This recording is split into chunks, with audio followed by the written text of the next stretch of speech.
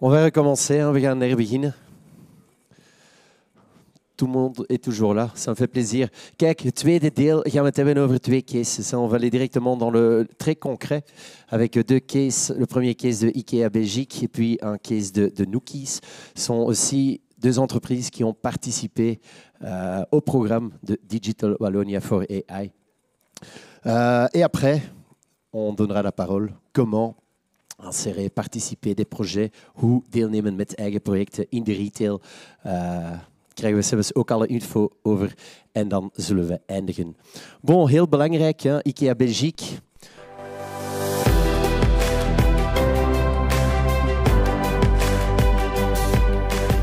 Je vais donner directement la parole à Antoine Huberland qui travaille pour IKEA Liège et qui va nous inspirer avec 3 différents cases. Applaudissements.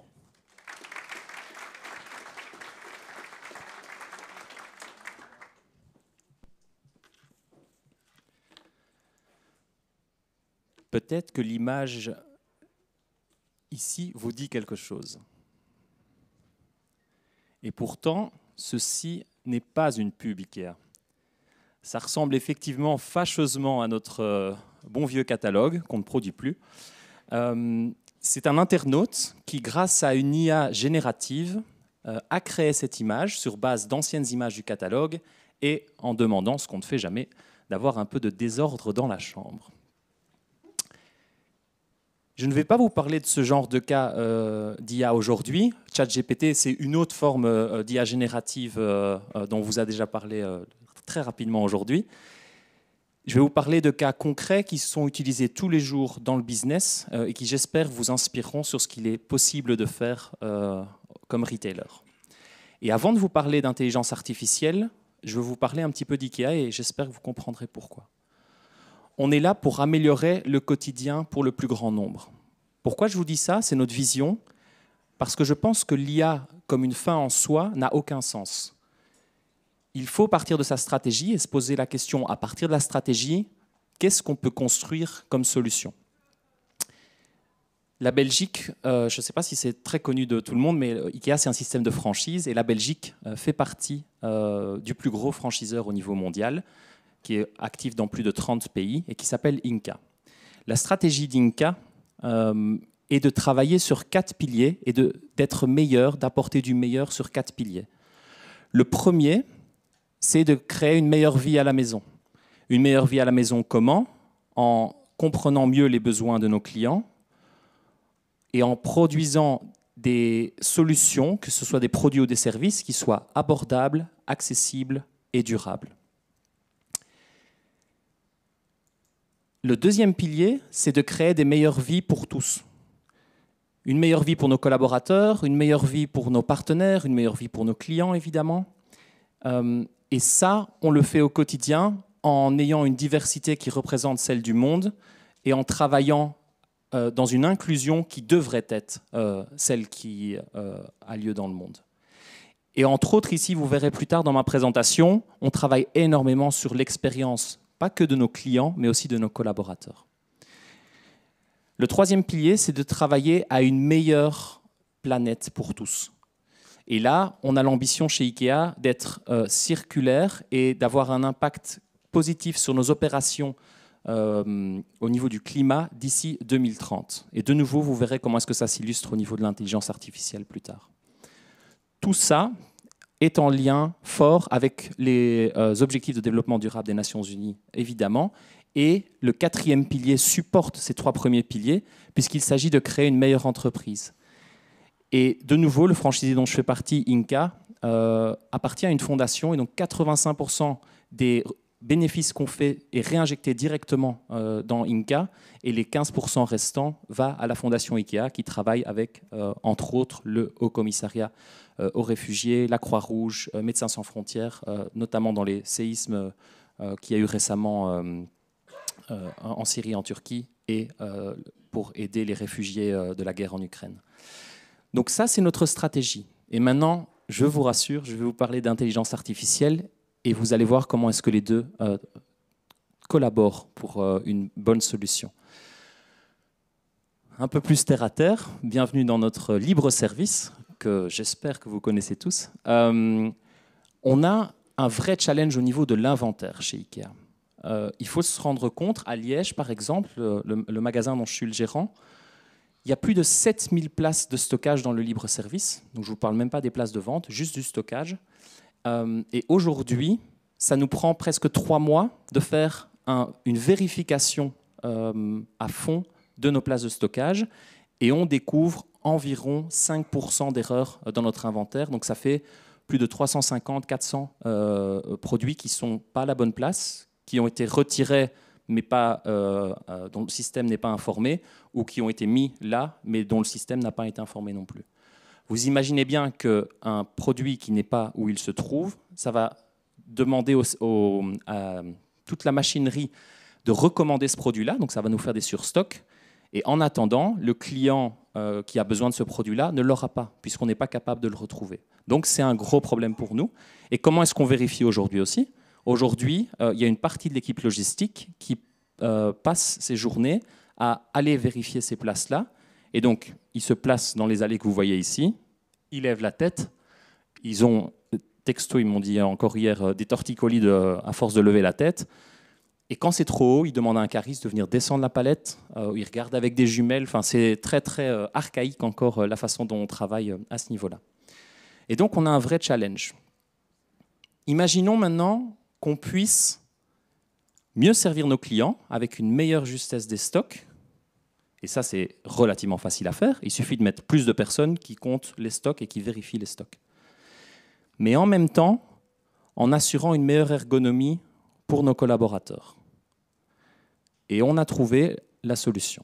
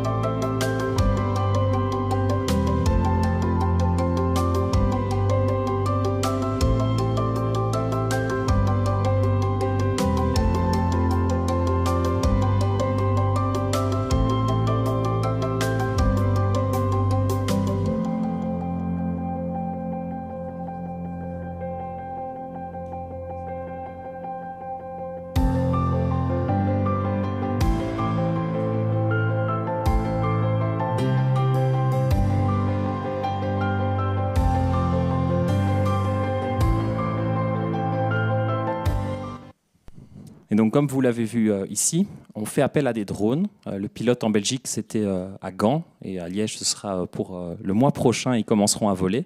Donc, on a 4 drones qui, la nuit, donc quand on n'a plus de collaborateurs dans le magasin, plus de clients dans le magasin, volent, font le tour de notre dépôt, vérifient les places de vente. J'ai appris ça récemment, mais les drones ont une petite autonomie, donc ils sont 4, il y en a 2 qui volent 15 minutes pendant que les 2 autres se rechargent, et puis ils alternent comme ça pendant toute la nuit. Ça nous permet quoi? Ça nous permet que la justesse d'inventaire et les vérifications qu'on faisait en quasiment 3 mois pour faire l'ensemble du dépôt soient aujourd'hui faites en 1 semaine. Donc c'est un énorme changement pour nos collaborateurs, de nouveau, qui n'aiment pas faire cette tâche, et pour nos clients qui ont une justesse des stocks bien plus grande. À Gand, où le pilote a été lancé il y a quelques mois, on a remarqué qu'on est passé de 6% d'erreurs d'inventaire à moins de 1% aujourd'hui. Donc vous imaginez aussi l'effet, de nouveau, sur le client, sachant que nos magasins aujourd'hui sont des plateformes pour la vente hors ligne, dont vous avez l'habitude, mais aussi pour la vente en ligne. Comme je viens de le dire, les drones sont là comme copilotes des collaborateurs, vont aider à ce que les collaborateurs aient un travail plus diversifié, des tâches plus agréables à faire que ce comptage, et du coup va améliorer l'ergonomie de leur quotidien. Travailler avec vos collaborateurs dans les projets d'intelligence artificielle, c'est primordial. On ne doit pas arriver à la dernière minute avec la solution et l'imposer. Ça ne fonctionne évidemment pas. Et donc, il y a toute une partie où le collaborateur est acteur, co-constructeur de la solution. Et ça, c'est extrêmement important. Vous le verrez aussi dans l'exemple suivant que je vous montrerai. Et puis, vous avez vu, on a travaillé avec la société Verity. On aime s'entourer des bons partenaires. On fait quelques solutions parfois en interne. Ce qui est du hardware comme ça, ce n'est pas notre métier. Et donc, on aime s'entourer de partenaires qui vont co-créer, co-construire avec nous la solution et qui vont savoir s'adapter aux besoins de notre entreprise. Donc ça, c'était notre premier exemple. Le deuxième, rien à voir, mais on a aussi un restaurant dans nos magasins. Et au niveau du restaurant, il y a une équipe qui s'appelle l'équipe de production. C'est ceux qui préparent vos plats quand vous mangez au restaurant chez Ikea. Et ces équipes, dans la préparation des plats, ont un gros challenge à savoir qu'est-ce qu'elles vont devoir utiliser comme quantité de nourriture pour préparer les plats. Vous imaginez bien qu'un trop impacte beaucoup, ou crée beaucoup de gaspillage. Et donc, de nouveau, imaginez qu'on puisse réduire l'impact qu'on a sur l'environnement tout en réduisant les coûts. Et de nouveau, souvent, c'est antinomique, mais ici, on a trouvé une solution qui nous permet de faire les deux.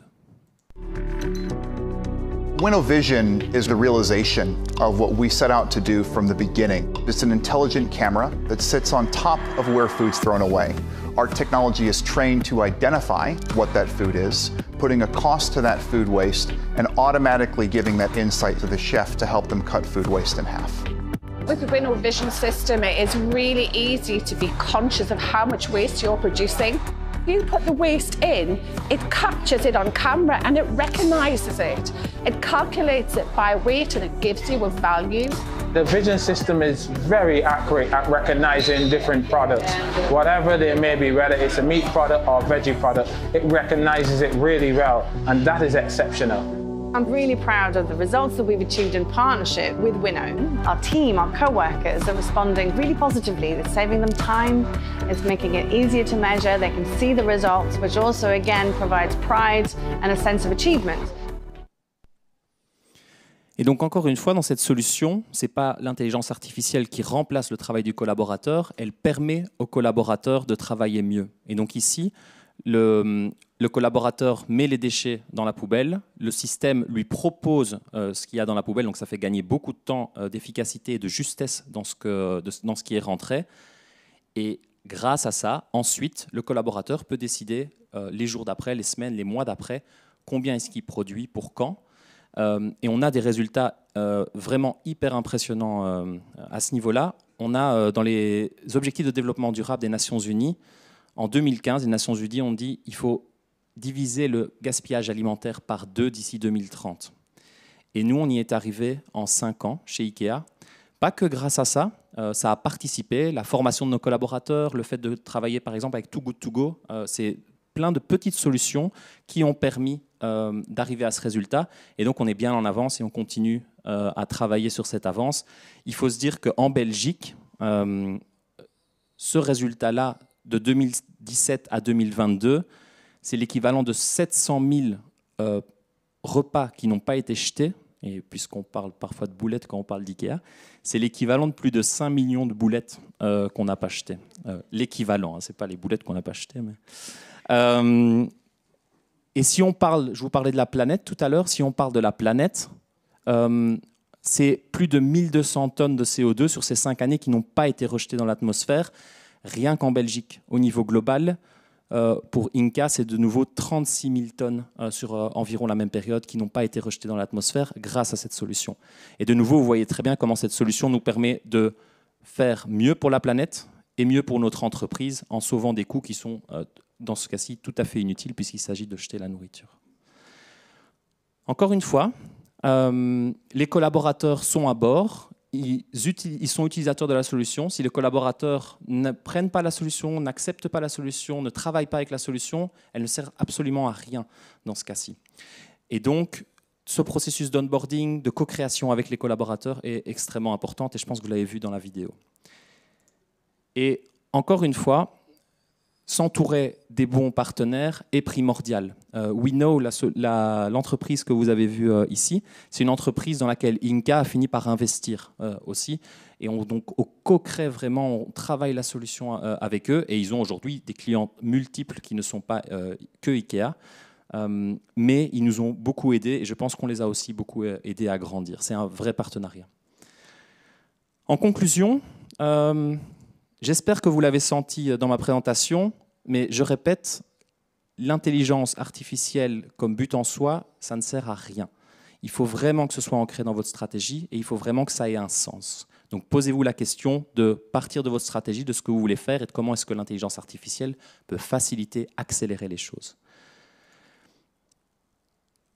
L'IA, c'est aussi le copilote des collaborateurs. Ce n'est pas le pilote dans l'avion. Il ne prend pas les commandes de l'avion, il copilote avec le collaborateur. Et ça, c'est aussi super important parce que ça peut parfois, d'un point de vue du collaborateur, faire peur. On passe par ces périodes où ils ont peur, ils ne sont pas rassurés, ils se font plein d'idées. Et finalement, quand la solution vient, ils adhèrent à la solution.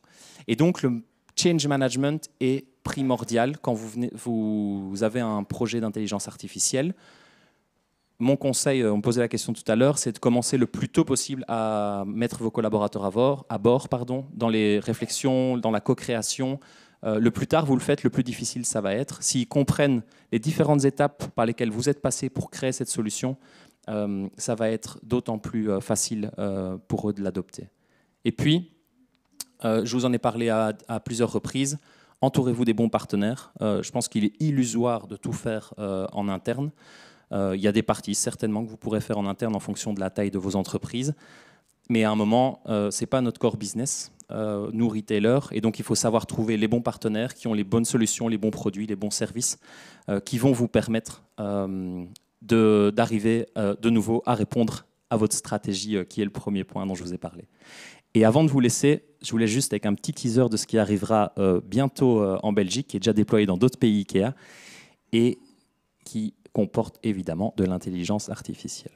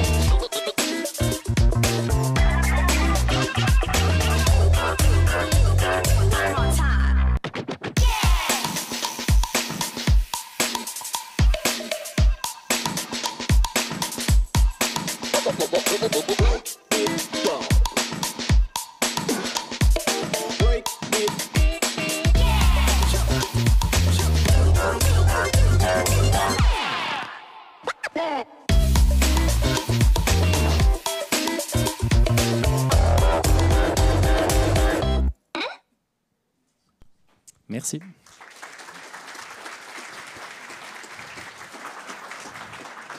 Merci Antoine. Et ce qui était important, je pense, ici de voir, c'est qu'en effet, on travaille aussi bien pour le consommateur que pour le propre personnel. Ik denk dat dat een heel mooie visie, een hele goede strategie is, die iedereen zou moeten gaan volgen van onze retailers. Est-ce qu'il y a des questions? Zijn er vragen? Est-ce que quelqu'un a des questions? S'il te plaît. Merci Antoine pour la présentation. Une question, c'était de savoir un peu comment ça se faisait en termes de processus interne pour dire ok, on se lance dans un projet, qu'est-ce qui donne le go, en savoir un peu plus là-dessus. Merci.